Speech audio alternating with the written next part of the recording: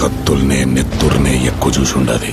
అందుకనేమో దీన్ని ఎర్ర సముద్రం అంటారు.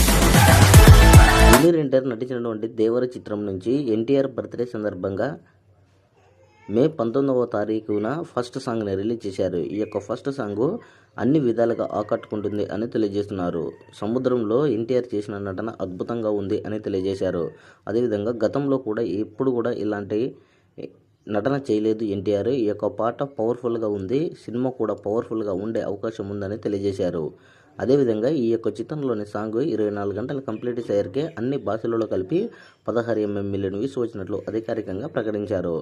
800K లైక్స్ కూడా వచ్చాయి. అదేవిధంగా గతంలో బన్నీ మరియు రామ్ చరణ్లు నటించినటువంటి చిత్రాలు కూడా ఫస్ట్ సాంగ్ రిలీజ్ చేశారు.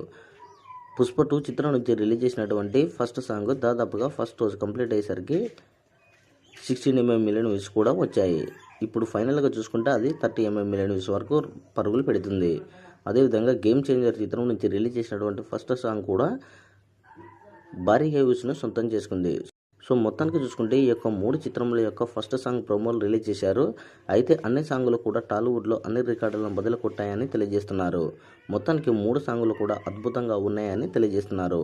అయితే గేమ్ చేంజర్ మరియు పుష్ప 2 దేవర యొక్క ఫస్ట్ సాంగ్ ఏ విధంగా ఉంది అనేది మీ యొక్క అభిప్రాయాన్ని కామెంట్ కూడా తెలియజేయండి.